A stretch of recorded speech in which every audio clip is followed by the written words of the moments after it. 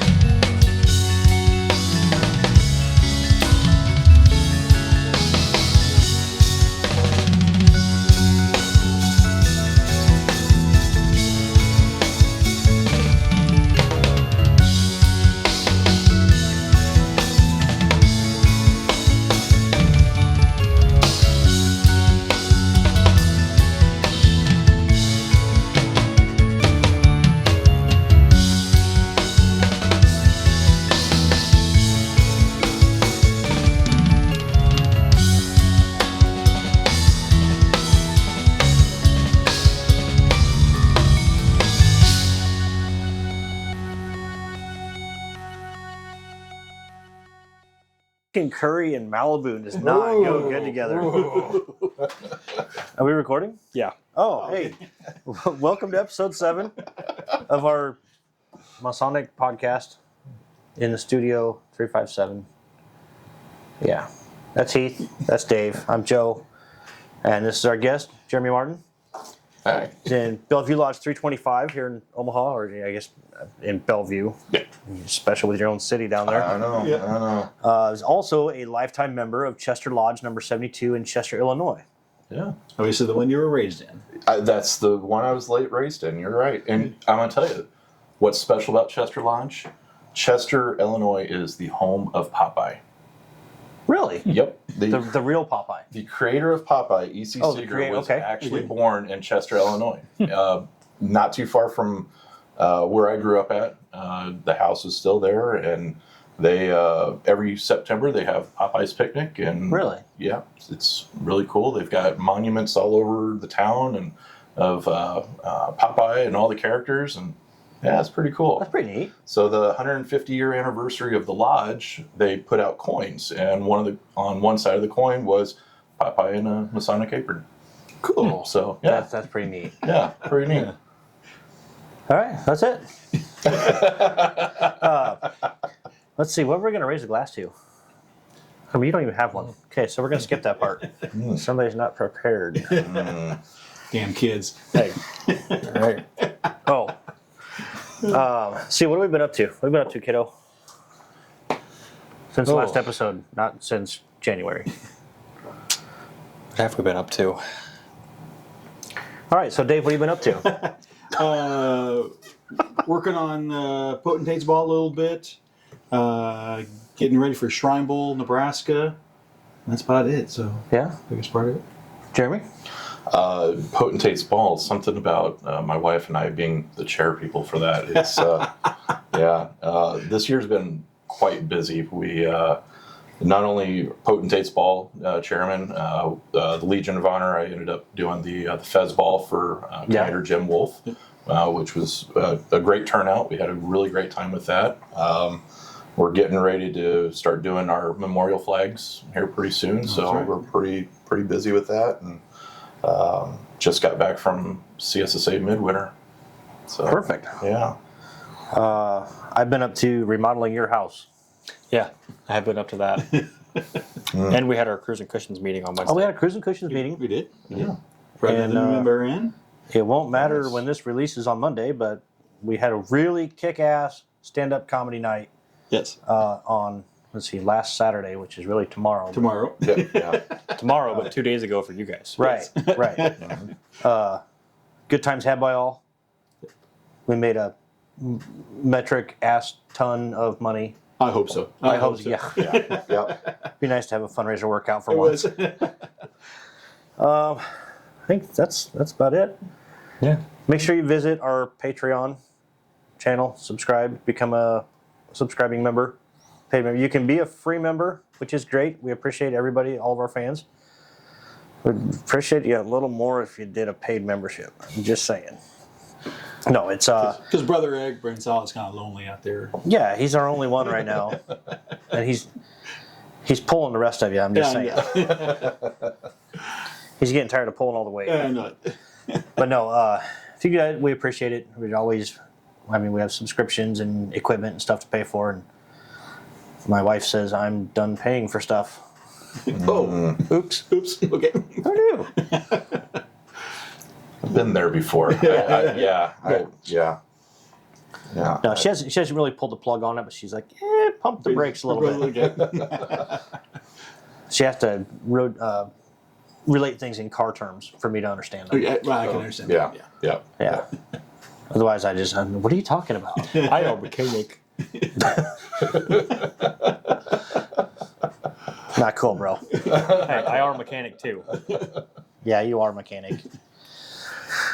All right, Jeremy, tell us about your Masonic resume. Oh, so I came into the Masons on the 10th of August 2002, and how I got involved with the Masons, I don't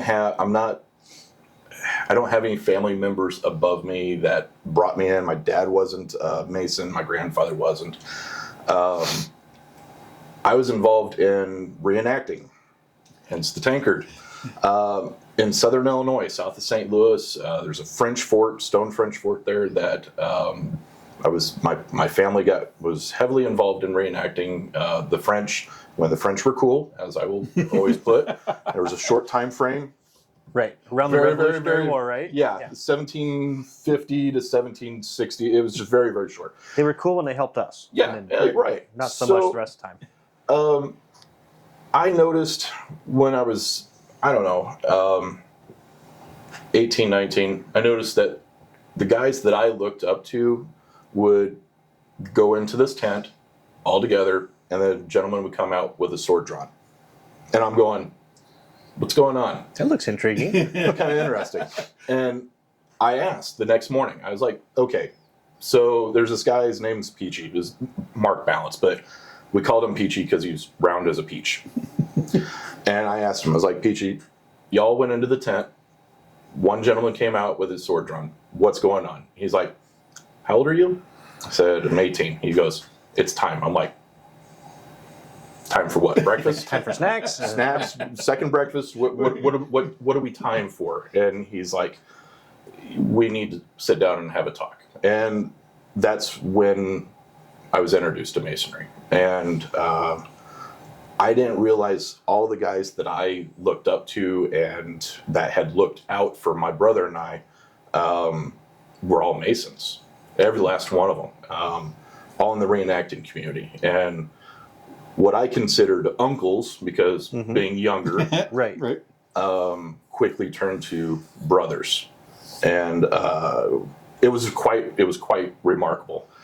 Peachy ended up becoming a very amazing mentor for me. I went through Blue Lightning. Illinois did Blue Lightnings at the time, so one day, and did all 3 degrees in one day. There was about 200 and I'm going to get the number wrong, but it was like 212, 216 of us that all went to... Holy smokes. Yeah. All from Southern Illinois. We all went to East St. Louis to Inad Shrine, and that morning started off really early, about 6:30, 7 o'clock, and pressed through the entire day to get all 3 degrees done. Wow. And it was a long day. Yeah. Yeah. But he was there for the entire thing. And as soon as I was done, I went back to my home lodge in Chester, and those guys were like, all right, you're sitting junior steward. And I mean, they immediately put me into the seats. Yeah. And they're like, hey, you're coming to this meeting over here. You're going to be doing, you're going to start learning this. And they had an amazing mentor program without really having a mentor program. Yeah. They just were so hard up on having what I would consider they just needed new people. They're like, we're not going to let you slip through the cracks. We're going to Right. You need to be with us. Which is an excellent way to do it. And it was. And so Chester Lodge is what I would call a farm lodge. I mean, Chester's population is 3,000. I mean, it's itty bitty compared to the communities around here. And Unless it's Popeye season. right, and then it gets big. But it's the Masonic family there is pretty big. They just don't see that many of them because they're mostly farmers. Okay. So they're busy. Right.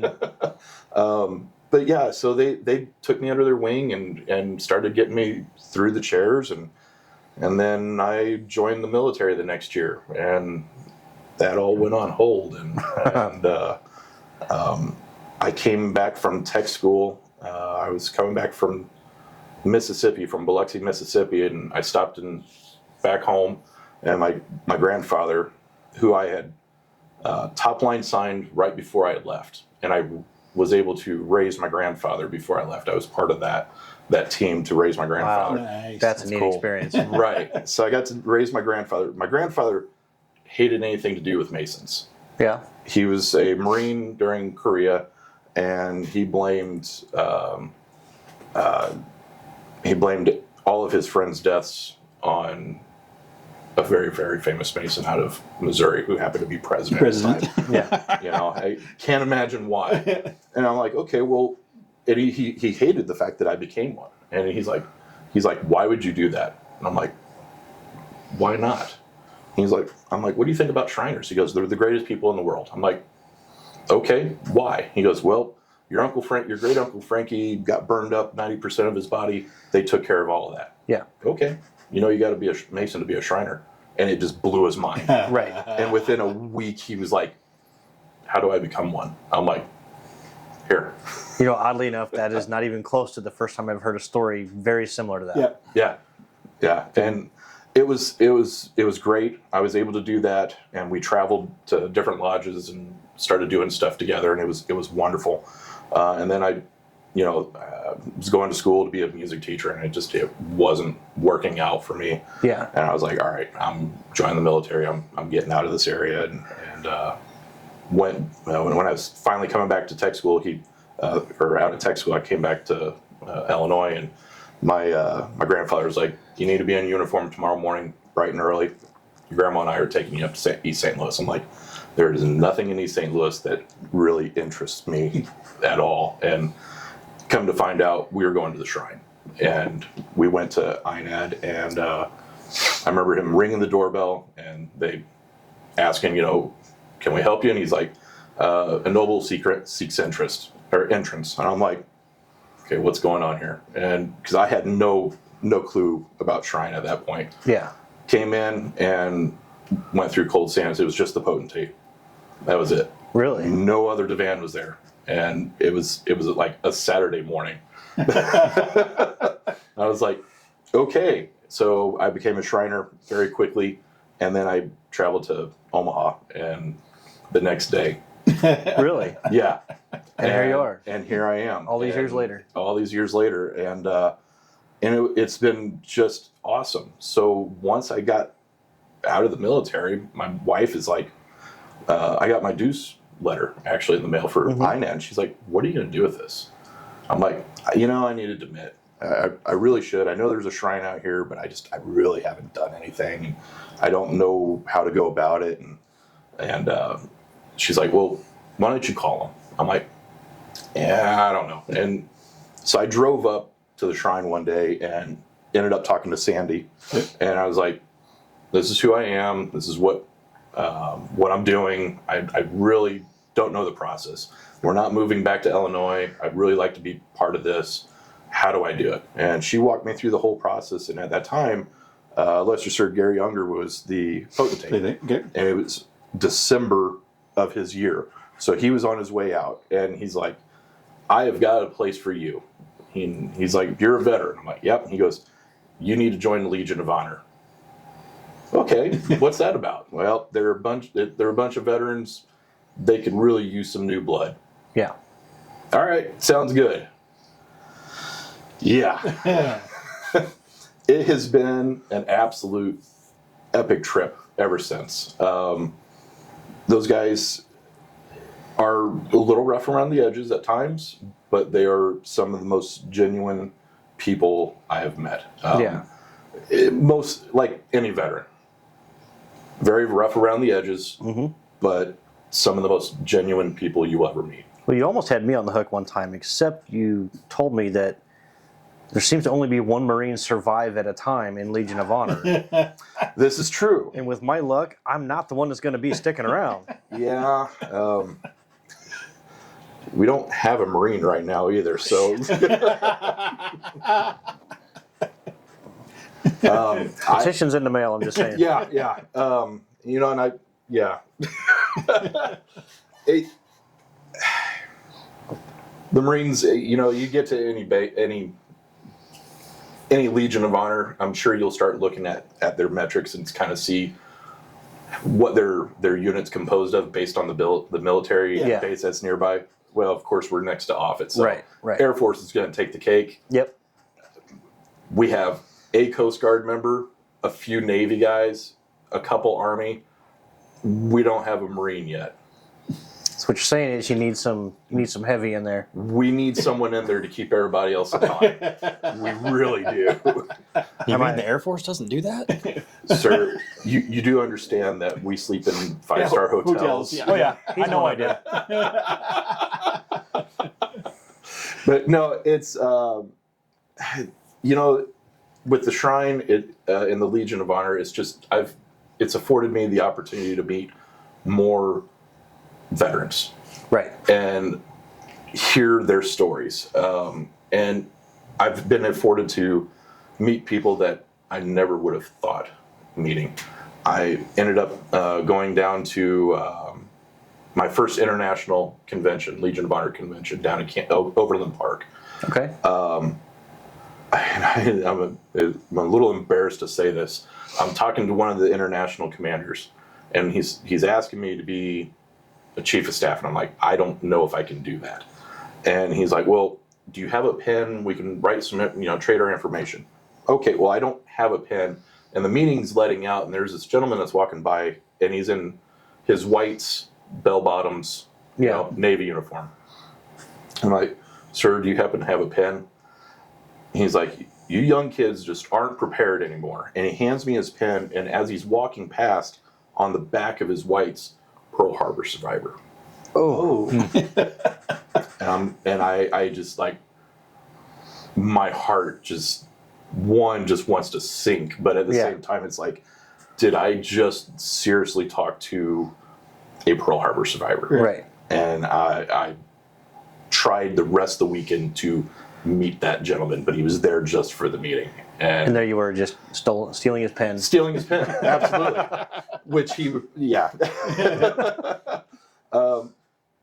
but it's also afforded me, I have been able to go to Arlington. We went. I took my wife last year. We went to International Legion of Honor, who goes out and does a wreath laying every year. And we went out last year and just had a blast. We went out and did they had organized a nighttime tour of DC. Wow. Absolutely amazing. They did the tour guides did a fantastic job. Yeah. The people that we were with just were great. It was all Shriners, military guys. We loved it. We just had a blast. We got to see the wall at night lit up. Ooh. We got to see the Korean War Memorial at night. Yeah. It was really humbling. It really was. And then the next day, being there for the wreath laying and the changing of the guard and all that stuff, and then we go across the street to the Canadian memorial there, and we lay poppies at the Canadian memorial, and that's just something I would never thought that I would ever have the opportunity to do. Yeah. And it's just awesome. And it's been an amazing trip, and I somehow or another had fresh meat and fell asleep at a meeting, and they put me in line for the Central States Legion of Honor. And our convention was last year whenever it was here, and it turned out great. We had our banquet at the SAC Museum. Eating underneath the SR-71. That was just awesome. The current International Legion of Honor Commander, Russell Gray, and his lady just loved every minute of it. They just absolutely loved everything. And we truly appreciate all the support we've gotten from the international community at Tangier, because they've really supported us through the years. And we really liked it and appreciate it. So Shriner, also Scottish Rite. I had to go down to the Scottish Rite in Omaha for a meeting. Never been to the building. I ended up seeing John Maxwell there, and it's like, hey, I need to go to this place. And he's like, okay, why are you asking me? And I'm like, well, I don't know how to get there. He's like, so you've never been here? No. Well, you need to fill out a visitor form. And I should have saw the train coming. And and I had always wanted to join Scottish Rite, and it's just the time had never presented itself. Right. And I think things happen for a reason, and the timing was right for that one. And that was pretty cool to go through that, and it kind of re-sparked my not so much my interest, but it re-sparked my wanting to learn. And stuff. And it pushed me forward to pay for my lifetime membership back in Illinois and apply for my plural here in Nebraska, and which I ended up top line signing my first Nebraska Mason not too long ago. And as his mentor, I'm handed, I'm handed the cipher, and they're like, here, you know this. And I'm like, yeah. Nope. No, Illinois doesn't do this. So it's been a learning experience for me, because I haven't had to do this in 20 plus years. And it's been great, because one, it's getting me back in the books. It's getting me learning stuff again. And and I get to see it through a new Mason's eyes. I really do, because it's different. It's completely different, because I went through as a one-day guy, and so now I get to go through long form with him and go in a different state with a different state, right? With not necessarily different ritual, but it is a little different. It's different enough. Right. It's different enough, and it's very interesting to see the differences. Because I pull out my old stuff whenever I was going through, and I'm going and comparing, going, okay, yeah, that kind of makes sense. I can see where that came from. But it's fascinating, and it's really it's shown me that I need to work better on time management. That's usually. So he's junior warden this year, and I'm senior warden. So usually our opening and closing practice happens either while we're eating dinner, getting ready to go to lodge, or on the way to lodge. We read through it a couple times, and it's good, because we usually do a pretty good job of keeping it fresh in our mind. But it's a whole different deal when you're opening lodge, and then it's your turn to speak, and you're like, shit, it's in there somewhere. And then so my wife comes up to me, and she's like, so when you retire and you start getting really old, I'm like, I don't know where I don't like where this is going. Like zero part of this. And she's like, what retirement home are you wanting to go to? I'm like, I really don't like it. Wow. And she's gonna watch this later, and I'm in for it. But she ends up joining Eastern Star. Oh, okay. Perfect. And she goes, hey, remember that conversation we had? I'm like, no. What conversation? We've had many. And about the retirement home. I'm like, yeah. And she goes, we can be together now down in Plattsmouth. I'm like, really? What? Why? Is that why you and so it was been kind of my joke with her is like, so that's the only reason? She's like, well, not only reason, but I'm like, okay. As long as you keep paying those dues, brother. Yeah, I know. But she ended up joining Nile, and our daughter's with Rainbow in Bellevue, and she's just just got out of the East for her. This is her second time through as worthy advisor. And, Really? Yeah. And she's a grand musician right now on the grand line. So that's been pretty fun. Yeah, your family's very musically inclined. Yes. My wife plays trumpet. I play percussion. I'm not a Eric Bensala percussion, but I still play. I play drums for my reenacting world. Yeah. So that's, yeah. I'm actually a French musician in that world of things. But my daughter plays euphonium, baritone, and trombone. She taught herself how to play trombone during COVID, and she's done great with it all. Very impressed with her. She is very good at what she does. So, yeah. And she's been in the band for Shrine Bowl. She has. She was in the band her freshman sophomore year, and then unfortunately this year with the band not being there, she's missing out. She said that she was a little upset because she wasn't going to be able to see her friends. And that was unfortunate. But. Yeah. All right. Well, we're gonna take a short break. We're gonna have a sponsor that's not really a sponsor, but there's something near and dear to our hearts that we want to pump during commercial break. So we're gonna take a break, Mr. Producer. Yep. And we'll see you guys back in 3 to 5 business days. Yep. See ya. Always got to get up to shut the camera off. Yeah. Oh yeah, that's right.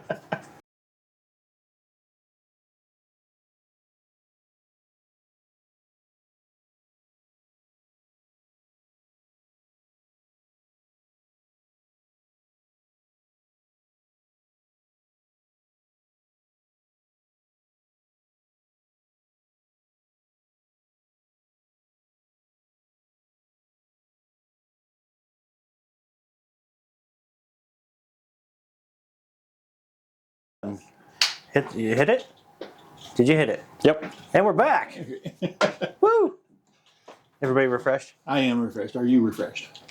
Um, Or need a refreshing? Mildly. Okay. He's not drinking tonight. Oh, okay.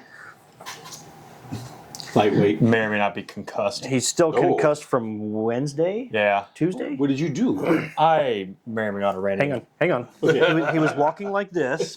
I was walking and then went to check. I don't remember if it was my phone or my watch, but ran right into our 2-post at work. The 2-post lift. Yeah. The big steel. Yeah, full stride. Oh man. Yeah, it was fun. Yeah. Did you Really? remain standing or did you land on your butt? Oh no, I remained standing. I didn't want to, but I was. Okay. Yeah. And there was just him and one other coworker at the shop on base that day, and the other guy comes out and he says, "What the was that?" I was like, my head. Don't worry, it's just my head. If you think we get into some shenanigans at the shrine when we go down and shoot pool, you should be a fly What was on that shop? I've heard. Yes. I'm glad we're paying for him. I'm glad I'm not your safety director. And this is how safety briefs get started. I mean, see, the bad thing is, I'm the head safety for the shop. Even better.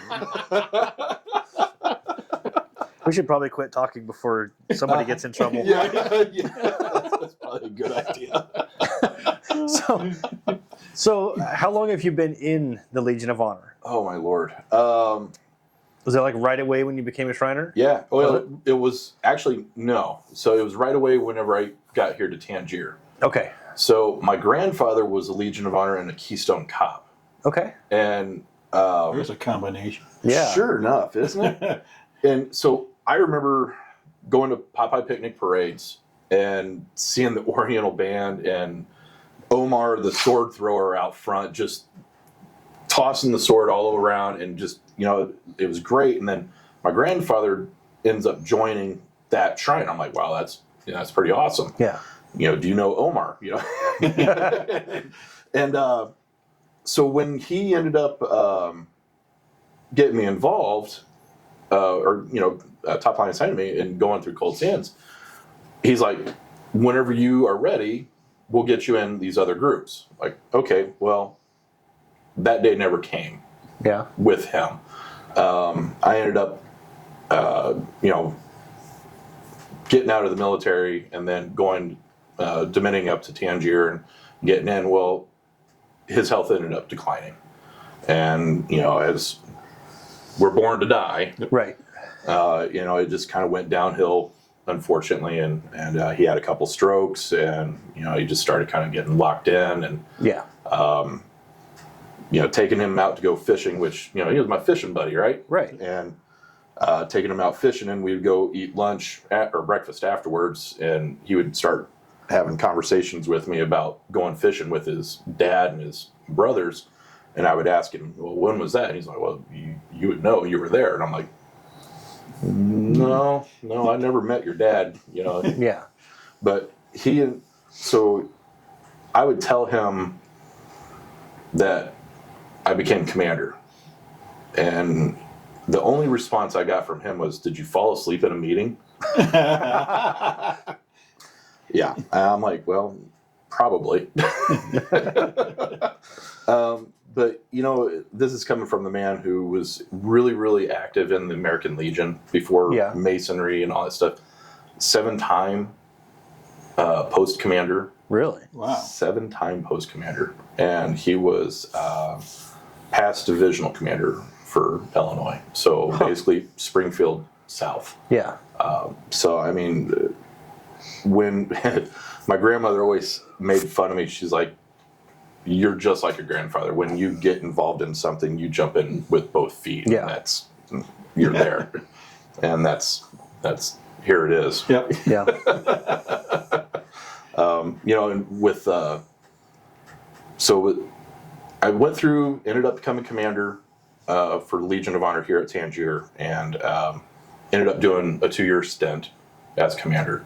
And Dan Daniels comes up to me. He's like, hey, we're going to be hosting CSSA here in Omaha. You should be commander. I'm like, I don't know. And he's like, no, you need to be commander. I'm like, okay. So they put my name in, ended up going to the meeting, ended up becoming commander, and I'm starting working on everything. COVID hits, everything shifts. And it's like, oh, and we don't progress in the line. I'm like, well, this is not a good thing. I end up talking to the guy that was above me, and I'm like, hey, I got in line so I can host it at my temple. And like, would you be opposed to switching? And he's like, no, I think we could do that. I'm like, all right. Thank you. Thank you so very much. What are you drinking? What is your wife drinking? And so he ends up switching with me, and no one was opposed to it. There was a couple questions, but no one was opposed. And I started running fundraisers because I knew that we were going to be doing some really cool things, and I didn't want the nobility to have to pay for all of it. And one of the fundraisers was veteran tassel holders.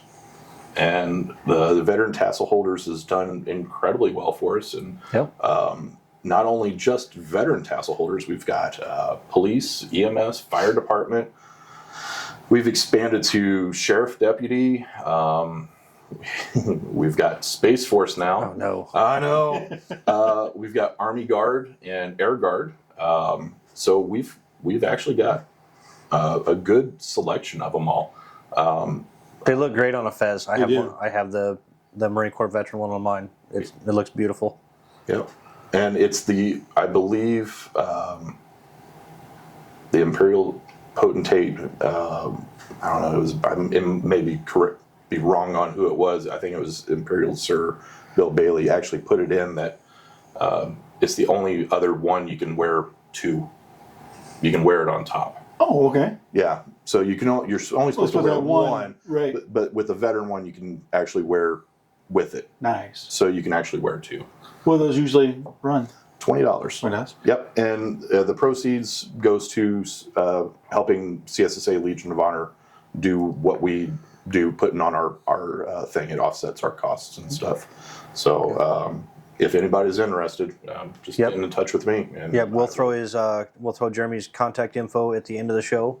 In the closing credits, we'll Probably just your email, you think? Yeah, that would be great. Yeah. Just bombard him, guys. Yeah. We'll give you his personal phone number, and you can. It'll be the same one as the complaint department. Yes. Yeah. But yeah, that one has done very well. And talking with the new commander, he's like, "You're doing great with it. Keep it up." I'm like, "Thanks. I appreciate that." Yeah. But no, we sell within all of Central States, and we happened to go. I went down to Tampa, Florida, for International Legion of Honor, and had them with me, and sold quite a few while I was down there. Really? So it was pretty good. We're doing really Yeah. well with them. They look really good on a fez. Yeah, they surely do. Yeah. Be proud of what you've done. Yeah. Be very proud of what you've done. Yeah. Speaking of that, you're a veteran. Very much so. So tell us about your military service.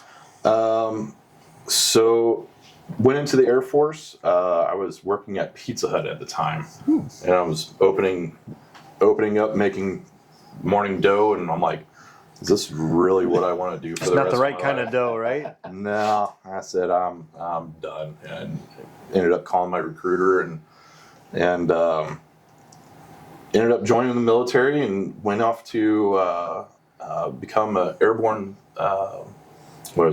airborne communication specialist, I think so, 1 Alpha 3, and I was like, okay, well, I don't know what that is, but I'm gonna fly, which I've always had an affinity of flying, wanted to always fly. I flew, my grandfather and I flew remote control airplanes.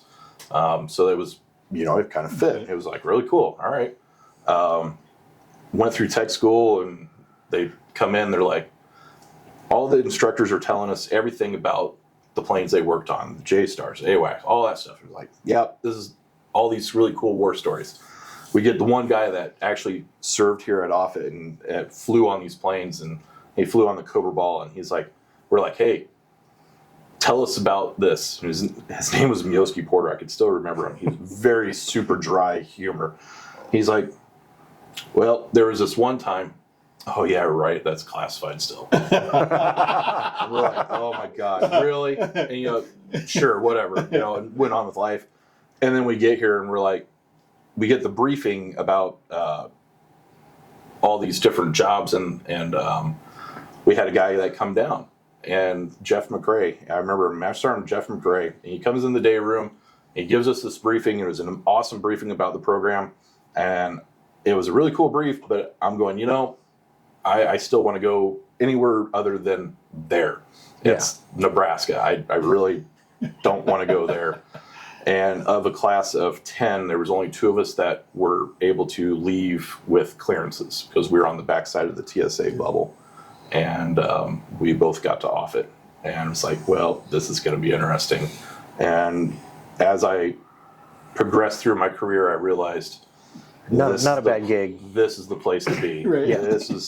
This was where it needed to be. And I'm very thankful for it because I have learned a lot. I have experienced a lot. I've traveled a lot. I've been around the world. I've seen just almost everything you could imagine to see, and more of the desert than I care to admit.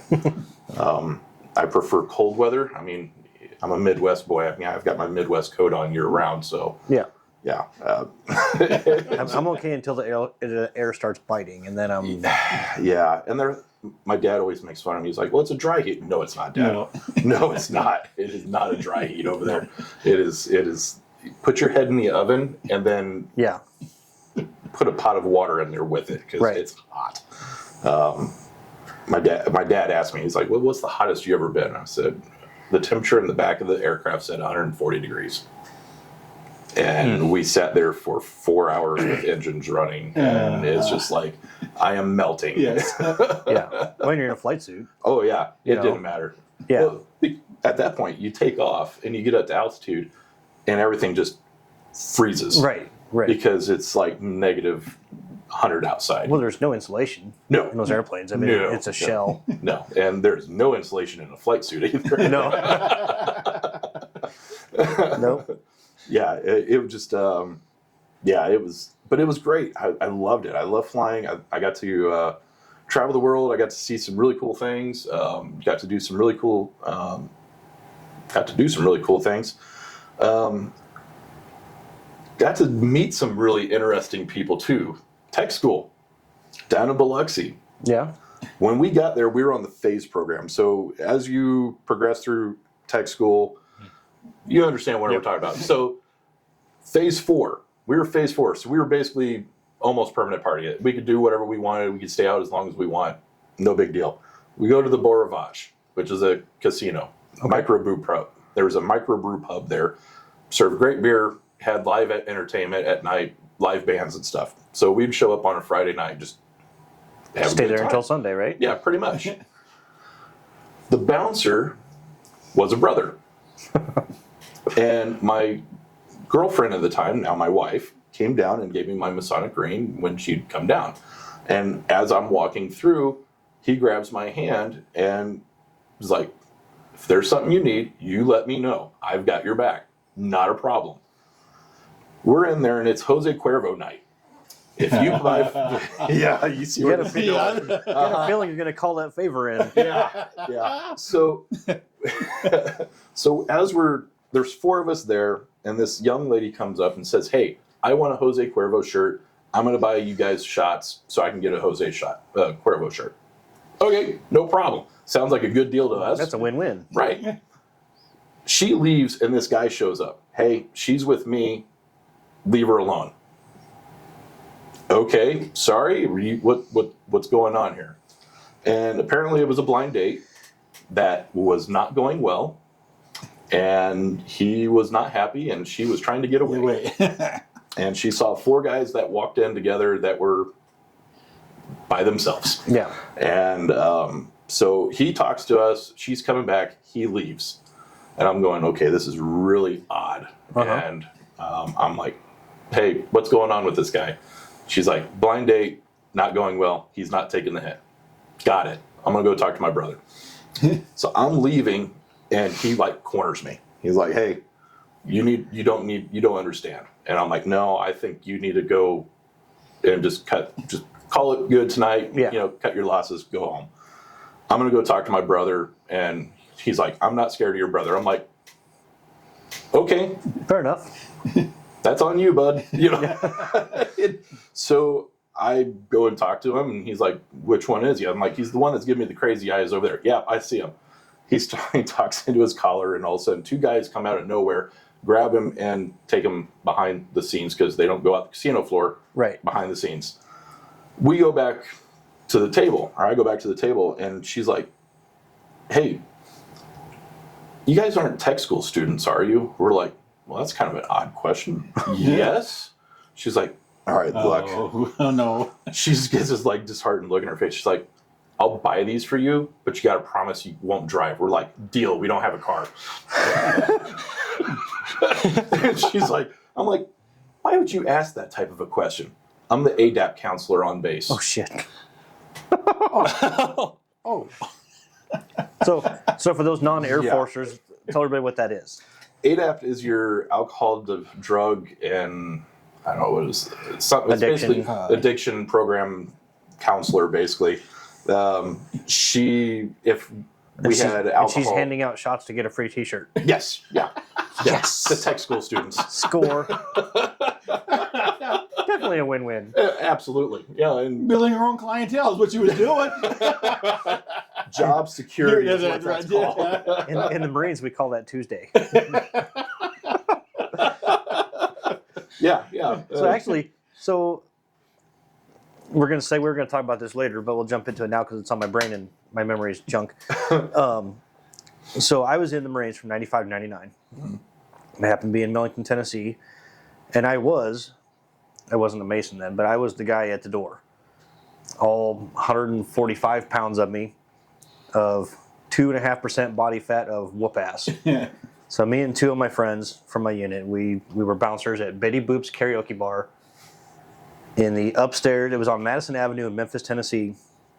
Upstairs was a rowdy redneck karaoke bar, and downstairs was this like 5-star French restaurant.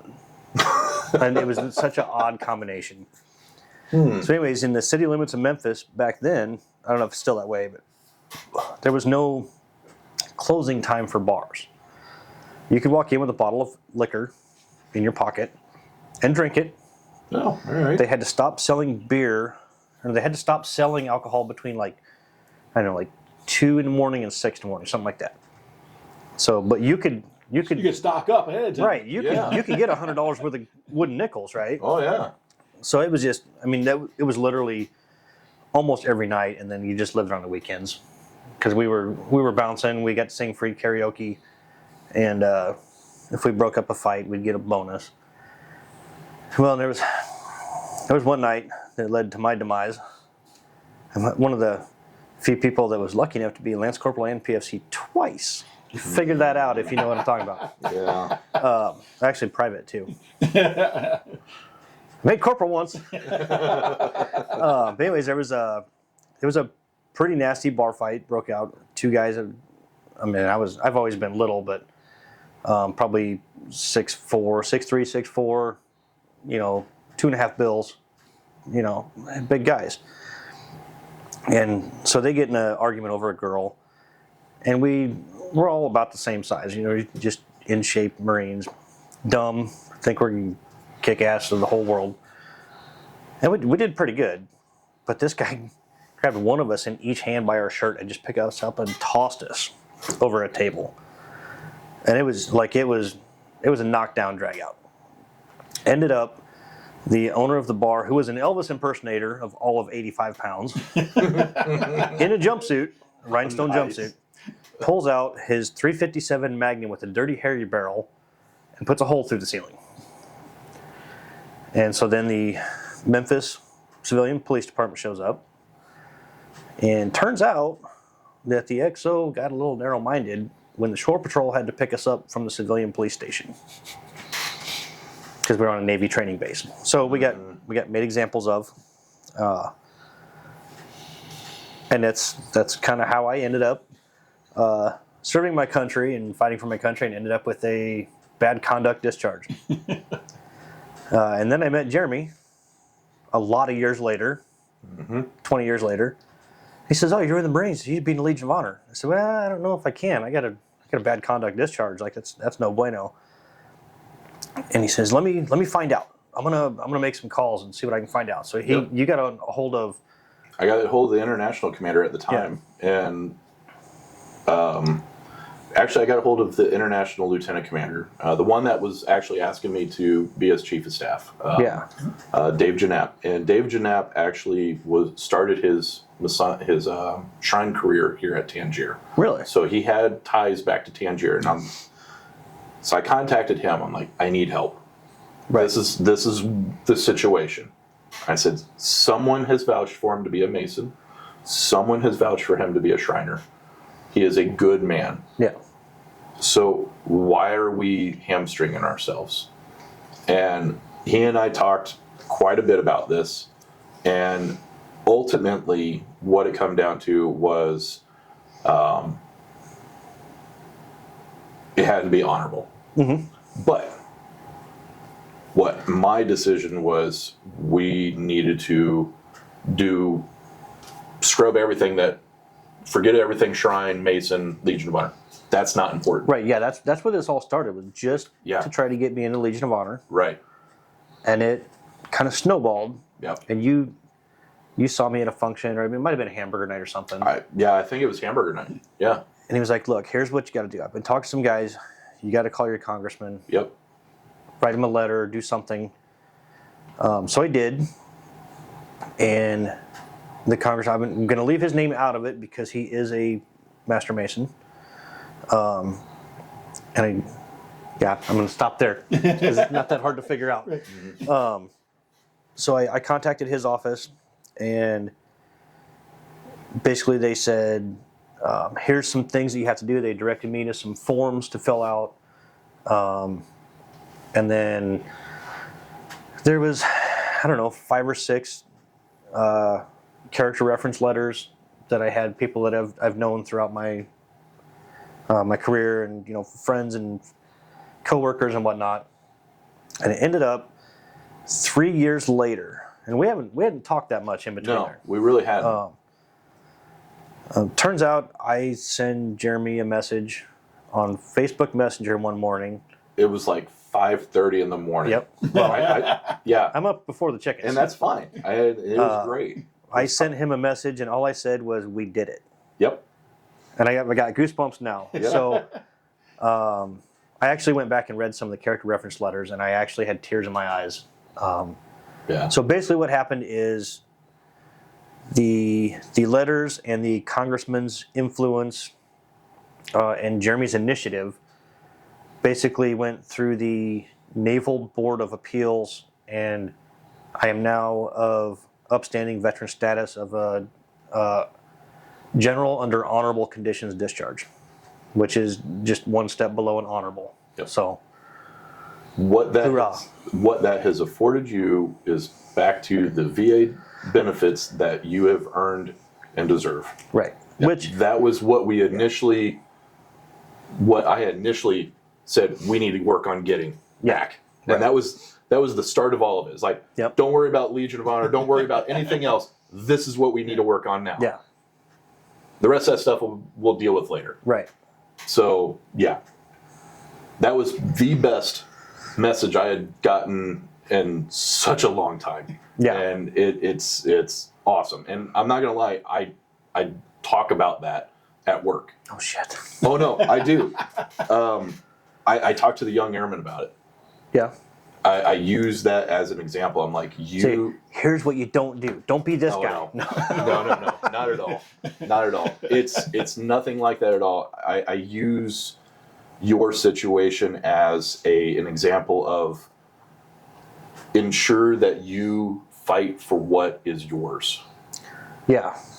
Don't give up on something, no matter how long ago it was.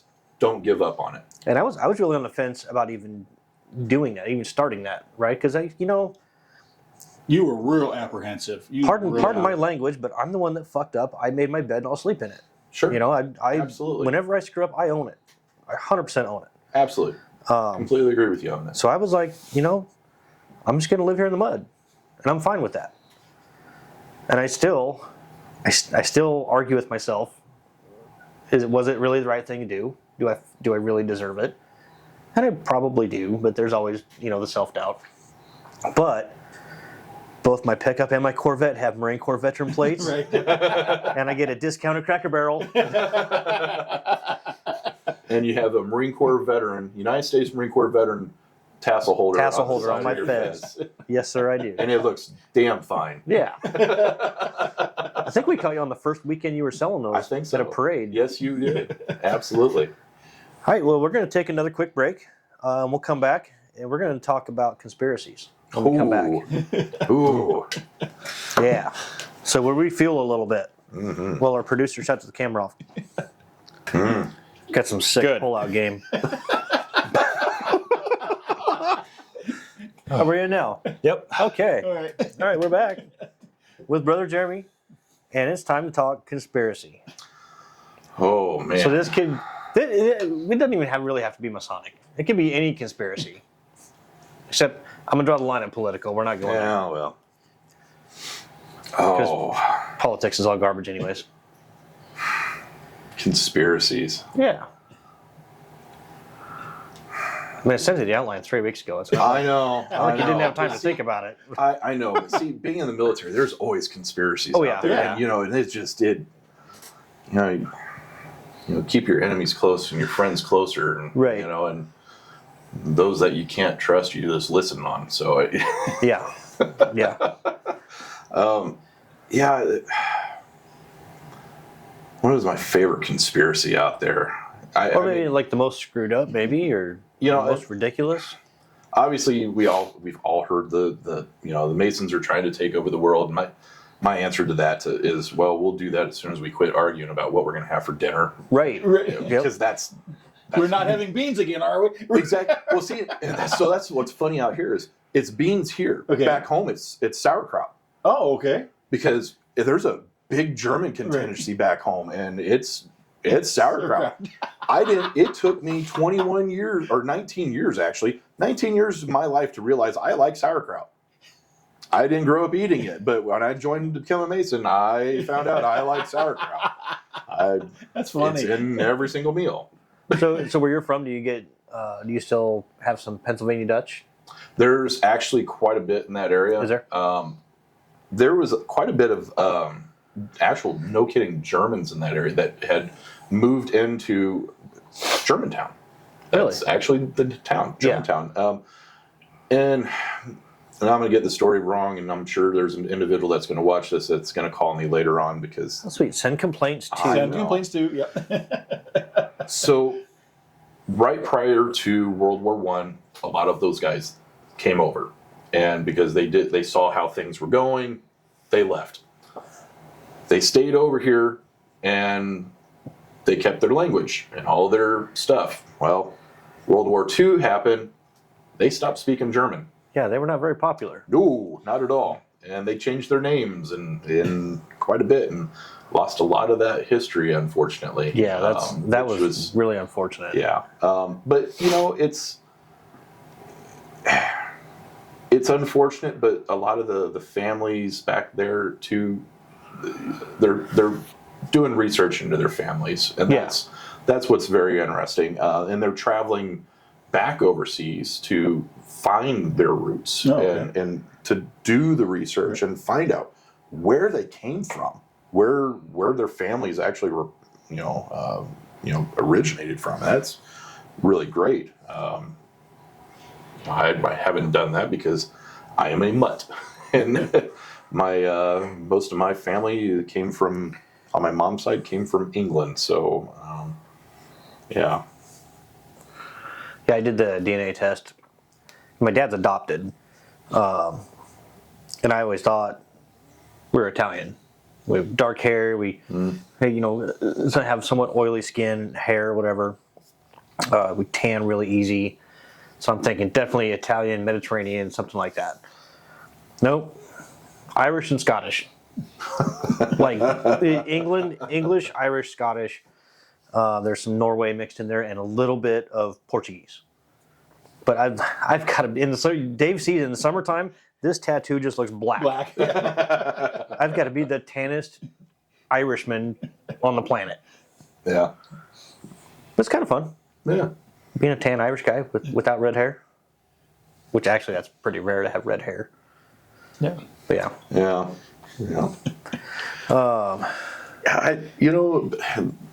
Favorite conspiracy? I think that's probably it, though. I mean, Masons are going to take over the world. Okay, yeah. We're going to... Sure, we're going to do it. You understand what the average age we are, right? Right. It's funny because that's a recurring conspiracy that everybody brings up. Oh, you just don't know because you don't know the secrets.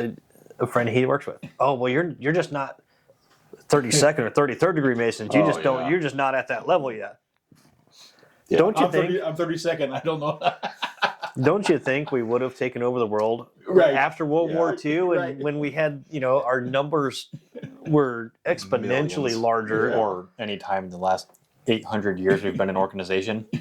Well, we have 700, something like that. Freemasons hasn't been around that long. If you could officially tie it back to the Rosicrucians and Knights Templar, I know there's documentation somewhere. I just got to find it. If any of you have it, get a hold of us. Love to know that part of it. But there was even was it before the Knights Templar? There was Knights of Christ. I think there was one order before that was like the same style of rituals and proceedings and stuff. So that stuff fascinates me. Oh yeah. Yeah, I even got my wife hooked on the Curse of Oak Island. Oh yes, I love that show. Yeah, my wife and I watch it too. We're like, how much money are they spending? Right. Yeah. Which it goes back to when the French were cool, right? Because they find a lot of their lead cross or a lot of their lead stuff they find is the isotope. They can track it back to France, so that's pretty fun. Yeah. If you can't tell, we both like Templar. Oh yeah. Yep. Very nice. I guess I'm the one asking all the questions because we're almost done. Yeah, we're almost. All right. What are you going to change about the fraternity? It could be appended bodies too. Just anything It doesn't have to be don't make it personal with anybody. No. It's nothing personal at all. Actually, I don't know if I would want to change anything. Everything that I've experienced up to this point, I can rationalize to in my mind. It's there for a reason. Yeah. I think I recently just had this conversation. It goes back to the whole argument of short form and Nebraska. I recently just had this argument, and it wasn't an argument; it was a discussion. Short form's a tool. Yeah. That's it. Yeah. That's all it is. Give the lodge a tool. What they do with it is up to them. If they cannot utilize said tool in an effective manner by having a mentorship program in place already, that's on them. Yep. Give them the tool. Case in point, I have got a next door neighbor. I've absolutely love him. I look at him as a grandfather. I've been asking him for the last 10 plus years, join Masons. Can't do it. He's a retired chief master sergeant. He retired from the post office, and he just recently retired from the lead center. And he's adamantly against the fact that he can't do the memory work. Okay, no problem. He recently lost his wife, like in the last couple of years. I come home at 3:30 in the afternoon, and he's walking outside to get his mail and his robe and pajamas still. And I'm going, that man needs direction. He needs something more. He can't do the memory work. Right. He would be a prime candidate for someone to do short form. So ultimately, it is up to the presiding master's discretion. True statement. If he if he understands what he's saying, Yep. and you just can't put the words together, Yeah. you're still getting the teachings. Yep. I think it's to the point with him though. He's kind of lost his mobility a little bit too. Oh yeah. So the time has passed. Mm-hmm. And I don't want to say it's passed, but I think he would have been very active, and I think he's the risk reward ratio is dropping. We take him out as much as we can to events that we're going to. We're like, yeah, you're coming with us. You're my date tonight. It actually, Fez Ball. He was my date for Fez Ball. Awesome. So Courtney ended up having to go to a indoor marching band competition with our daughter, and I'm like, oh, okay, who's my date? You need to find one for me. And about a day and a half later, she goes, why don't you ask Joe down the street? I'm like, okay. So I call him up, and literally the conversation is, what you doing Saturday? Nothing. Okay, you got a suit? I don't know, maybe. Got a tie? Yeah. Put those two things on, I'll pick you up at like 6 o'clock. He's like, where are we going? I'm like, you're going to be my date. I'll feed you that night. You'll get a piece of cake at the end of the night. Score. You know what? Like you could have called me. Right. So I pick him up, and the Central States Legion of Honor commander was staying in the house, and I was like, we got to go pick up Joe. He's a little cantankerous, but he's all right. And It's like we're the same person. it was pretty fun. He had a blast. Probably just the younger version. I'm kind of cantankerous too. Oh, he's always been that way, though. Yeah. I mean, I ended up, when I was in the military, he came down to my house, because we've got identical houses. We've got ranches, cookie cutters. And I went through and insulated all mine and drywalled it. He's like, boy, it'd be nice if some airman would come down and do that for me. Okay. So I got a crew of guys, and we came down and did it, and 2 cases of beer and a couple pizzas later, that was our payment, and it was done. Nice. Right? So we've known each other for a while, and he was still, after we did that, he's like, it'd be really nice for a coat of paint. I'm like, I draw a line. Sorry. I fell for this once. Yeah, right. But no, I don't think I would change anything in the fraternity. I think everything is there for a reason, and I think everything that I've went to up to this point has been really great, to be honest. Yeah. I think mine would be along the lines of the short form. Leave it more up to the lodges. Like have a requirement, but I understand the guys Oh, sure. that want long form. But my viewpoint is your mentorship is where they really get the teachings. It's not just memorizing the words. Yeah. Yeah, and I mean the long form now for us, there's a lot of memorization. There is. And so, are you memorizing or are you learning? Mm-hmm. And the short form definitely gives you the opportunity to learn on the backside because you're seeking that knowledge and you're learning more. And so, hopefully, you're just not learning the words.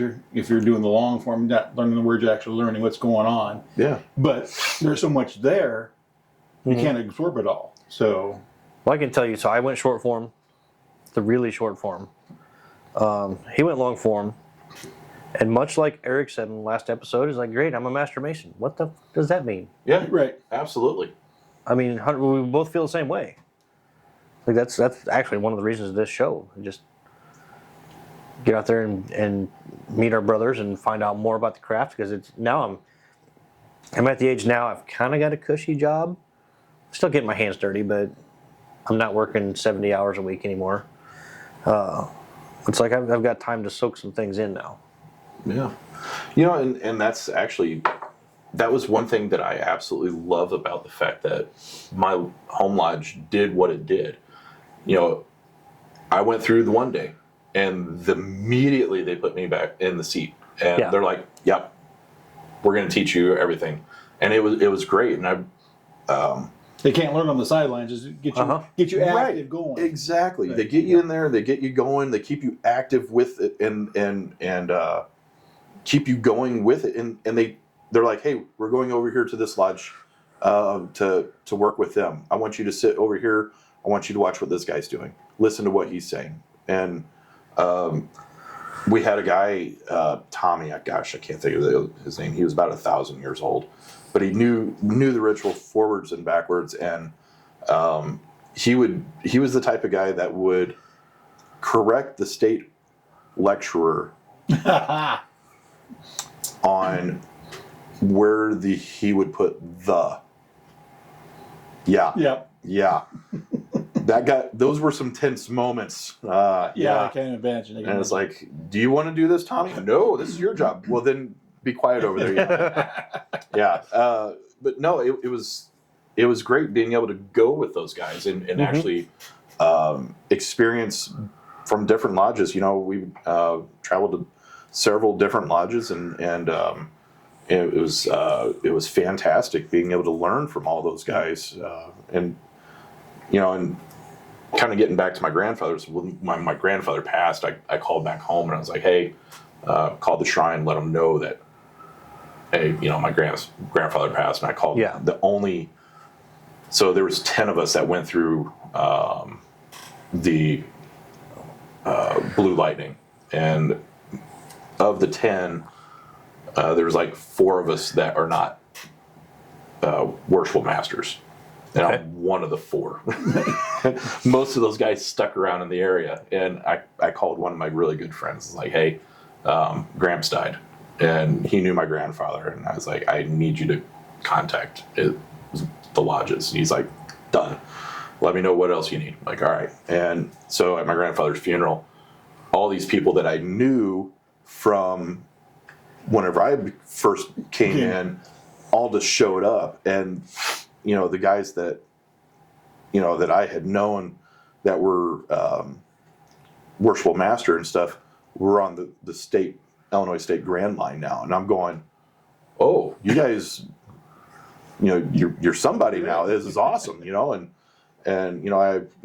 they come up and they pay their respects and stuff. And my uncle and my dad came up to me later. They're like, we've known these guys for years. We had no idea. I'm like, well, yeah.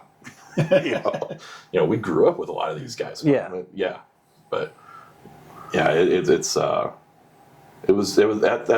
the best thing I could ever say that it was with that small of a lodge was doing something like that. It being able to just keep active with them. Right. So yeah.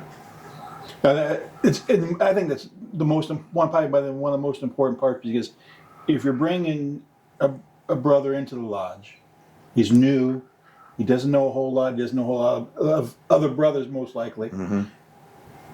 To keep him engaged is to get him active, doing something right away. Right. Yeah, don't let him fall behind and lose. Right. Well, and the same things with like shrine. Yeah. You know, you got to keep them busy in something, and it's, you know, I've been ceremonial master now with the shrine for almost five. This is my fifth year. Is it fifth year? My 5th year as ceremonial master, and I tell all the guys coming in, it's like, go visit every single unit and club. Visit whichever ones excite you. Do something. Don't stick just to one. Find multiple, and then once you figure out what you want to do, there you go. You know. So yeah, Well, it's like coming in a lodge. You know, my first meeting as a master mason, it's like, well, or even at EA when we're closing lodge, like, why the fuck am I doing this? And what is that? Nobody told me what that is. yeah. You know, so it's easy for the guys that have been doing it for 10, 20 years. We just take it for granted, but we don't know what that guy doesn't know, and he doesn't know what he doesn't know. Right. Yeah, exactly. You know, so that's tough to try to not take it for granted. There's a syndrome or an effect or something. It has a name. I heard it the other day, and I was gonna put it in my phone, and I was driving, and I was like, I gotta remember that, and I didn't remember that. Yeah. Yeah. But it's almost being negatively naive. Like you just assume other people know what you know. Okay. And it's a very easy thing to do, especially since, you know, we do it every month. But these new guys, they don't have a clue. Yeah. Or they don't know why, even our newer master masons, do they really understand why sometimes we say different words when we're opening an EA or fellowcraft? Right. Maybe they don't. I don't know. If nobody's explained it to them, they probably don't know why. Right. Yeah. You know, I kind of sitting here thinking about this a little bit more, related to this question, but a little bit outside of the question. Big fraternity, you know, appended bodies as well. Youth organizations. Yeah. That's one thing one of the things I would change is more activity and support for the youth organizations. Yeah. Rainbow Girls, DMLA, Jobs, they certainly need our support. Right. Yeah. And Bellevue Lodge has just got permission to start their DMLA chapter up again. Okay. So that's great. We had our first meeting as Master Masons, got together, had a meeting with everybody, try to figure out the way forward. Like, what are we going to do? When are we going to meet? How are we going to do this? Door opens, a young Texan walks in. Cowboy boots and belt buckle, hat, and all that stuff. Just came in town 3 days prior, young airman. He's 19 years old. He's still active DMLA and a master mason. And it's like, well, you just showed up to the right place at the right time because we are going to need your help. Yeah. And he's from Texas. He was on the state DMLA line down there. So we're going to be like, hey, you're going to have to help guide these kids. You know, this is going to be great. Yeah. Is it what, 21 for DMLA? Yeah. Okay. Yeah. So- They age out at 21. So it's 12 to 21. I think so, Yeah. Because I don't know what Jobs are, but Rainbow's 10 to 21. I think Jobs is 21 also. So, Yeah. and I think 10 to 21 Yeah. is. Yeah. But yeah, so, you know, more support for the youth groups. And maybe even some more crossover activities. Something that involves it. Because I've heard from a lot of different states and jurisdictions that there's really a small percentage of DMLA guys actually go to Masons. Like a very small percentage. Yeah. And I'm just wondering if that's maybe, cause obviously they're in DMLA because somebody they know is affiliated somehow with the Masons, but where are we not bridging the gap here? You know, in essence, that should be a pretty solid feeder program. Right. Unless, I mean, I don't know. I don't even know what the structure is like for DMLA. I have zero experience with DMLA, so I couldn't. I have no expertise to There we go. comment. There's anyway. another show later on down this year. Later on, what? Yeah. Well, I don't know because we're already booked into like September. Well, I said later on down the year. I mean, we got next year. Season 2. Season 2. Yeah. Season 2. I like that. Get into youth groups. Yeah. That'd be good. Yeah, I'd love to have. I've heard that, especially the DMLA guys on the state line are so very well spoken and They are. You've got Caleb. Caleb, Yeah. you're gonna kill me for trying to butcher your name, but Caleb is actually running for international, okay. and it's coming up here soon, and I really think he's got a great chance at it. Boy, Cool. he is so very well spoken. Yeah. He is incredibly well composed. I am wishing him the best on this. He's got my full support, and if there's anything he needs, I'm there to help him out. And, Yeah. boy, he's got it on lock. He really does. I know Isaac's right behind him on the state line, and yeah. they're doing very great. They're doing great things. Good deal.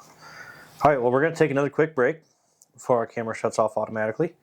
And we're going to come back, and Brother Jeremy is going to interview us. And we don't really know what the questions are that much, so we'll see how that goes. Whoa, are you okay? Yep. You didn't hit your head again, did you? Nope. We need help. And they're like, this is Big Baby. Identify yourself. He's like, I can't. And he's like, we're cut off. This is my military service number. What help? And he's like, stand by, we're identifying. Comes back. Big Baby's on station. Call your fire. Okay.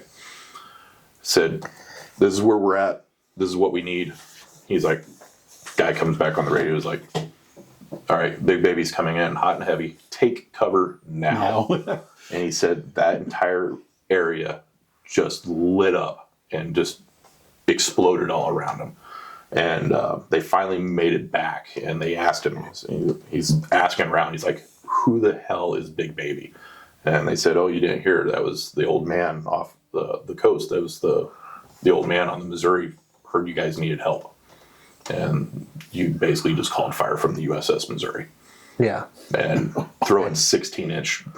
And they probably appreciated the fire for warmth. Yeah. It wasn't. Exactly. They wouldn't call those Marines the frozen chosen for nothing. No. When my brother graduated from Marine boot camp in San Diego, my grandfather went out there and he had a baby blue windbreaker. It was hideous, but it said chosen frozen on it. And he wore it everywhere. And he walked on that base. As soon as he walked through those gates, the gate guard saluted him. Yep. And my grandmother was kind of looking at him like, you're a Lance Corporal. What? What's going on? And then they came. Did you see him? Yeah. And then they came up, after my brother had graduated, he'd come up to his drill instructors and introduced himself. And they snapped to and saluted. And my brother got his ass chewed for not telling them that his grandfather is a living legend, essentially. And, because, and I talked about this at the Fez Ball. I was doing the POW MIA table, and I said, I didn't realize at the time, my grandfather talked about 10 seconds. 10 seconds was the life expectancy of a forward observer. I didn't know what that meant. Not until I got older and in the military, and I'm like, holy Christ. Yeah. Well, especially at the Chosin Reservoir, it was literally 100 to 1. Yeah. With 30 below air temperature. Yeah. I mean, no food. It was, I mean, they weren't ready. They didn't have the winter clothing as they should. They didn't have the ammo dumps. No, not at all. I mean, they were so. I mean, and they were getting attacked from every angle. Yeah. The Chinese came from everywhere. He said that they would come in 4 waves. So they would blow a bugle, and the first wave would come out, and they'd have the guns. They would blow a bugle. Second wave would come out, and they had the ammunition. They were picking up the guns. They blow the bugle the third time. those guys were picking up the guns that were loaded. Fourth wave would come out, and they were actually able to shoot. Yeah, those Marines were some fighting some bitches. Yeah. Any Marine that served at Chosen, living or not, is a legend. He goes, Uncle Sam said that I've killed 500 people. He goes, I haven't lost any sleep over it. Yeah. Okay. The stories he told, I regret not having the foresight. If I knew then what I know now, I would have had a recorder with me. Yeah. And just recorded all the stories. Because, him sitting on the side of a hill, calling fire, and his buddy coming up, where's the sniper at? What are you talking about? He goes, do you not hear the rounds hitting behind you? He goes, you mean the chipmunks? He's like, give me your field glasses. And he's looking down at the bottom of the hill, and there's a sniper at the bottom of the hill in some tree roots Shooting up at him.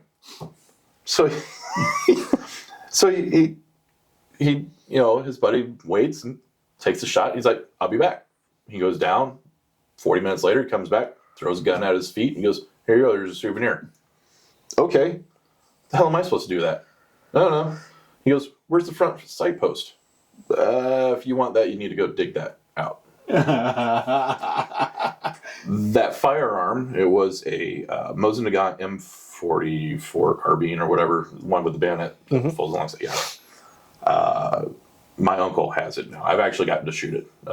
It's got a homemade front sight on it now, but it's got Chinese painted on the side of it, lettering and stuff. Awesome. So back then and through when I was in, I don't think they teach anymore. But you do your 13 weeks of basic training, which involves a lot of shooting, a lot of practical application, a lot of knowledge, how to march, all that bullshit.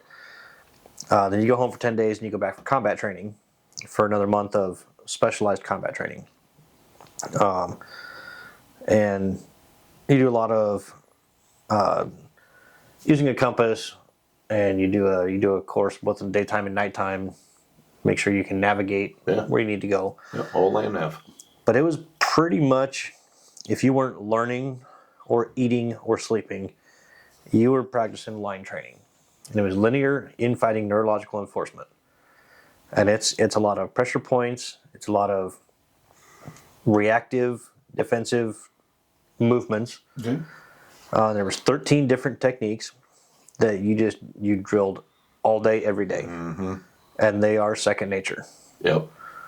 Even today, 25 years later, some of them are second nature. The bad part is when you come home from boot camp and you're a badass, or when you come home from combat training, like you get to your duty station, your school, whatever, and the first time you come home, everybody wants to know how tough you are.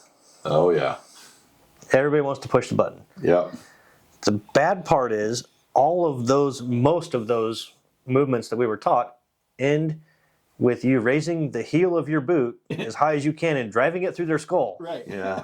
Yeah. Or the buttstock of your rifle. Yep. But yeah, it's when you're out of ammunition, you are the weapon. Yeah. And that's really what those guys. That's what it came down to. Yeah. Yeah. It's I can't imagine what those guys went through. I mean, our World War II vets and Korean War and even our Vietnam vets. I can't imagine. It was a different war. Yeah. It was a different war fighting than what I am accustomed to at this point. I mean, it's completely different. Yeah, and I don't want to take anything away. I would never take anything away from somebody who willingly signs their life on the dotted line. Yeah, absolutely. Payable with your heartbeat. Yeah. But it was a different kind of courage. Yeah. It really was. Very much so. Very, very, very much so. I mean, everything is so televised and social media and everything. I mean, you can almost see live combat. Right. Mm-hmm. On Twitter. Yeah. Or X or Z or whatever the hell they call it. I don't know. Whatever it's called this week. But anyways, we started the camera because that was. Oh, yeah. Okay. I just thought we needed to get some of your grandpa's story out of there. Yeah, I appreciate it. Yeah, it's like I said, he was a huge role model to me, and it's big shoes to fill. When he passed, the night he passed, I was with my grandmother, and I informed her of what's going on. The next morning, she went to her closet, and the first thing she did was she got his shrine ring out. And this ring pissed my grandmother off so much because my grandfather never wore a wedding band, but he wore a shrine ring. Never wore a wedding band, but by God, he was proud to wear a shrine ring. And she handed the ring to me, and his fingers had shrunk so much that, it was had a ring brace in the back, and I took it off, and it has his initials engraved inside, and I put it on, and you could tell it fits me like it was made for me. And I look at it, and I go, he's with me wherever I go. I think it was made for you, brother. Yeah, nice. Yeah. So I took it to get cleaned recently, and because it had never been cleaned, and Steve Spear did it, and he did an amazing job.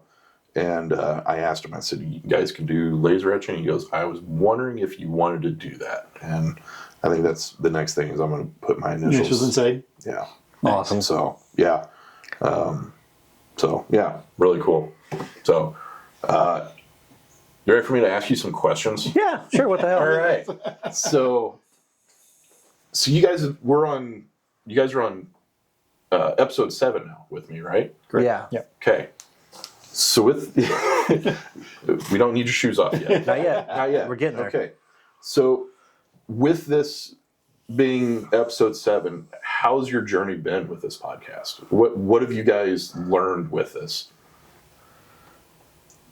You want to start? I'll start. Yeah, the biggest thing is every guest we've had on so far has brought a different perspective to masonry. That either I knew just enough to make myself stupid about it, or I knew nothing about it. And I'm learning so much. So, and then where our guests have started either in life or in a Masonic journey, and how that is made them who they are, or how it resembles somewhat to my journey. So it's been that's probably the biggest thing I've learned so far, is that it is a learning experience every episode we go to. So, And it seems like it's a pretty unique thing. Yeah, I mean, everybody we've had so far is so different.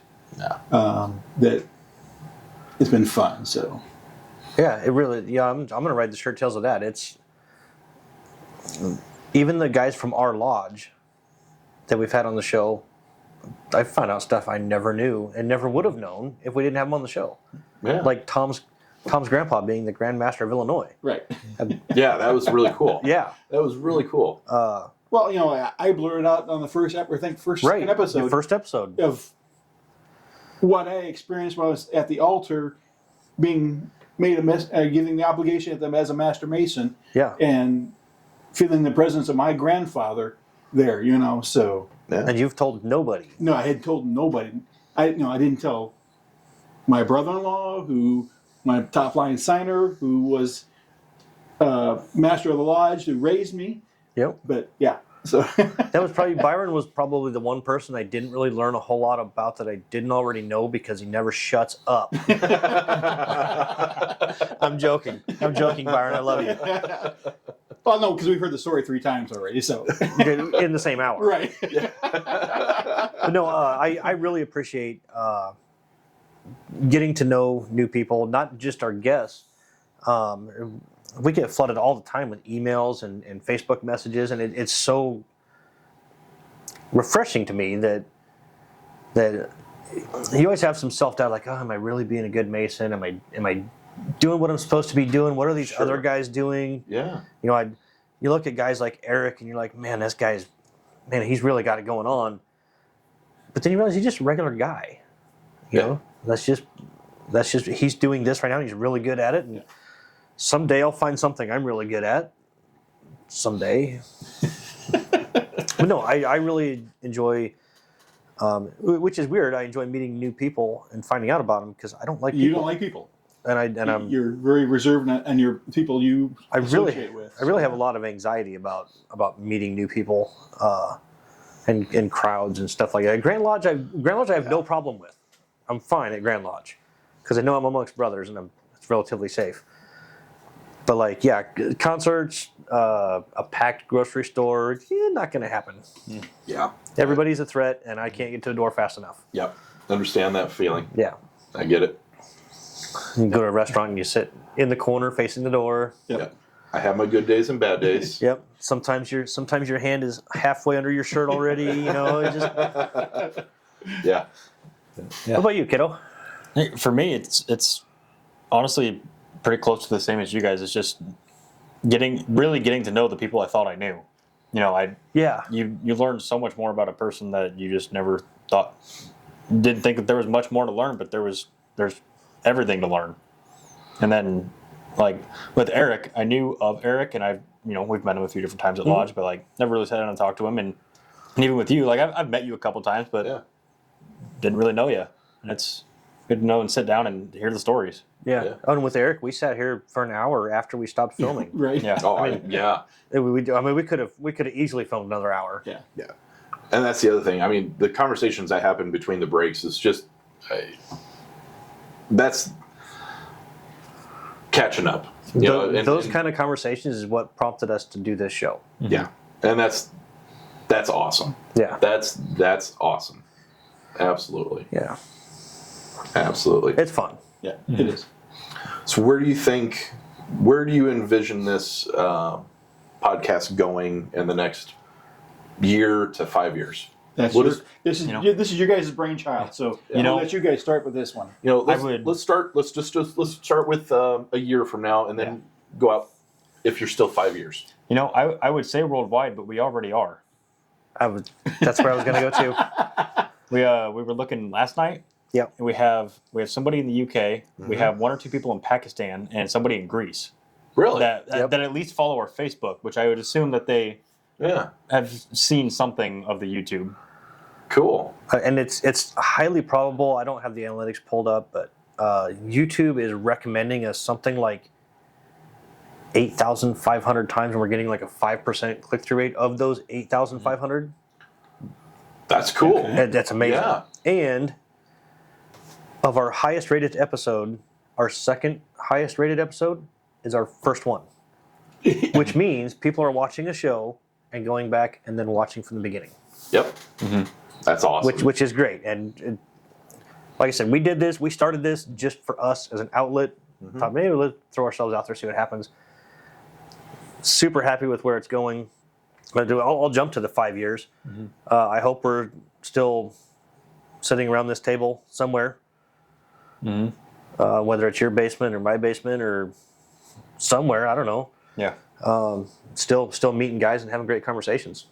Yeah. And still having an Off the Rails podcast. Long as they don't quit making Malibu rum, that is not a paid sponsorship. I just like it. It'd be one hell of a sponsorship, though. Yeah, I hope we're still going. I mean, everybody's journey is different, and to get their stories, mm-hmm. It's fun. It's exciting to hear their life. Yep.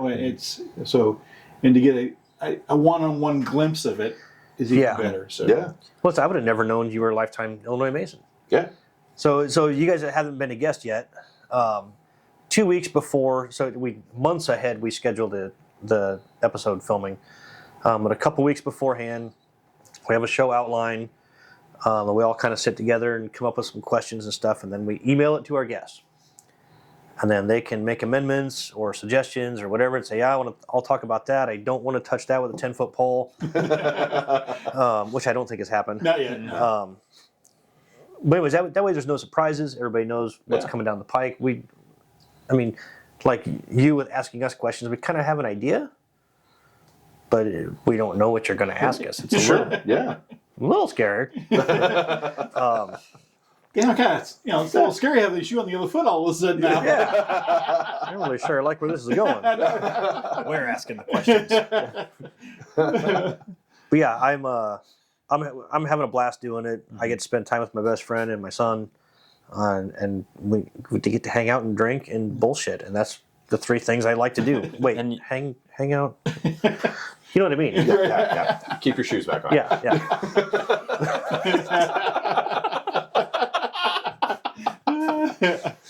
Yeah, that goes back. That's the interpersonal relationships of the branches at that point. Yeah, I'm stuck between Yeah, 2 wing nuts. yeah, pretty much. Hey, can I get either one of you to quit getting the off-flight pattern over my house at like 9 o'clock at night? Sir, I live underneath it, right next to the base. You know what's funny is saying that we have the window open because it's nice outside. Yeah. I'll listen to those planes come in. I'm like, yeah, I know what that is. I know what that is. And then I'll hear one. I'm going, I don't know what that is. And I run outside going, what is it? Where is it?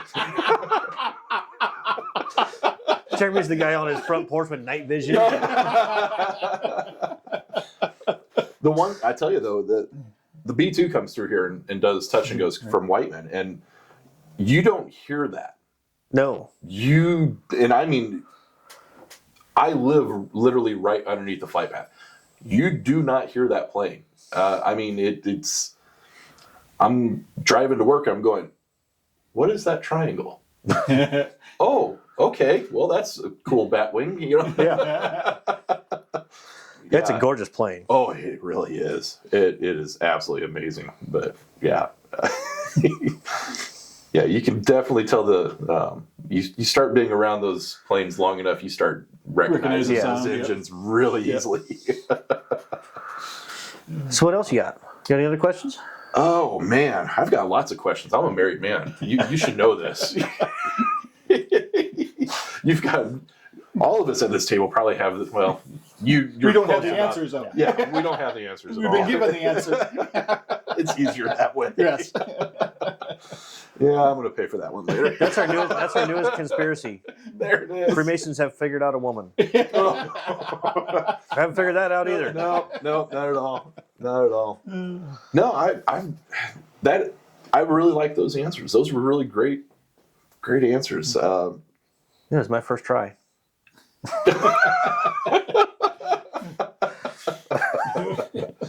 I didn't even study. Even better. Yeah. Just like ritual. I just wing it. Yeah. All right. Well, I guess we'll start shout outs. Yeah, closing thoughts and stuff. Yeah, I would say answer our emails and stuff like that, but there's getting to be too many. Okay. Between Facebook messages and YouTube comments and emails, it's just it's too much to throw that amount of bandwidth at the closing of the show. So Yeah. Well, we'll point out the important ones when they come through, and oh, great! Now somebody's going to feel like they're not important. well, Oh, man. not important, but ones that we feel need that Maybe These need a little young extra guys don't attention. bother. they need some more attention. Oh, so they're attention whores. Yeah. Okay, all right, that makes sense. That's way less offensive. So we don't have any Masons or attention No. whores, are we? I've See, never there's a met whole one. unit called the Clowns. Keystone Cubs. Jesus.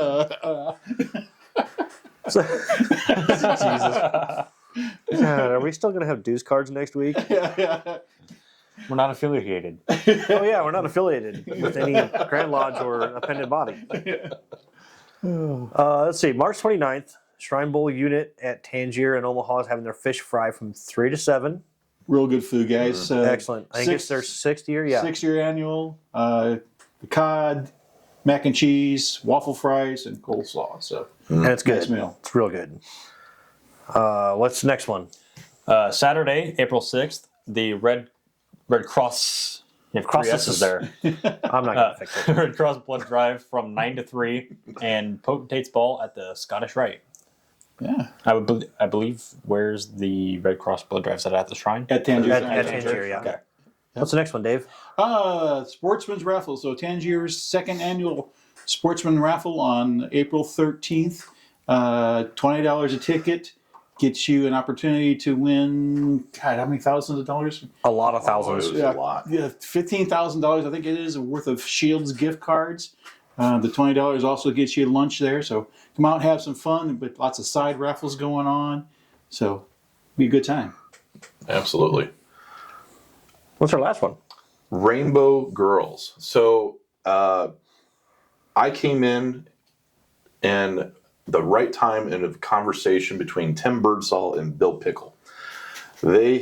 Nebraska Rainbow Girls at Grand do a thing called Cavalcade of Flags, and we're one of the only states that actually does it. And the girls were complaining about how heavy the flagpoles are. They're wooden flagpoles, and some of these girls are Small and petite. Small. Yep. So it's very difficult for them to carry these flags with these flagpoles. So they were trying to find ways to do something different that makes them lighter. The Legion of Honor, those guys were going to go with PVC piping. Okay. The Legion of Honor recently got service flags for all the services. And the flagpoles that we have are aluminum, hollow aluminum that actually disassemble. And it's super lightweight, super easy to come put together, take apart, and all that stuff. I presented it to them. I had one in my truck. I put it together, had one of the girls carry it around, had a couple of the girls carry it. Wow, these are awesome. These are great. Karen Birdsall, who is the Supreme Inspector for Nebraska, she's like, yep, let's go for it. Bill contacted the company who makes the flagpoles, explained who we are, what we're doing. We're a 501(c), all that. They said, okay, we're getting 60 flagpoles. It was going to be like $1,600. They cut $600 off and then even ate the shipping and handling for us. So, Wow. Nice. So I'm requesting any demanding. donation. No, I'm not demanding. We're looking for donations. Any type of donation, $10, $5, anything, to assist in paying for these flags. These flags are going to be for the state level Rainbow Grand or Rainbow Girls. They will go to Supreme in Virginia City, where they will be used on the Supreme floor there. So the international, essentially, and it's going to look great. They're nice and shiny, and it's going to be great. We've got a QR code that goes to it. They make sure if you donate, you put flagpoles. Flagpoles. Yep, flagpoles. That way they know that it's earmarked for that, and So we're really looking forward to getting these girls some flagpoles that they'll be able to carry. Yeah. So Do you know the company that's doing the flagpoles? I can get that information for you. You did. But it'd be great to give a shout out to those guys. Yep, So. There you go. absolutely. There's $9. That's all I got. Nope, I greatly appreciate it. Thank you. No, we're going to put that QR code in the closing credits along with Jeremy's contact info. If you want to contact him about either the rainbow flags or the Fez pins. Anything else on that? No, not at all. Okay. I appreciate allowing me to talk about it. Absolutely.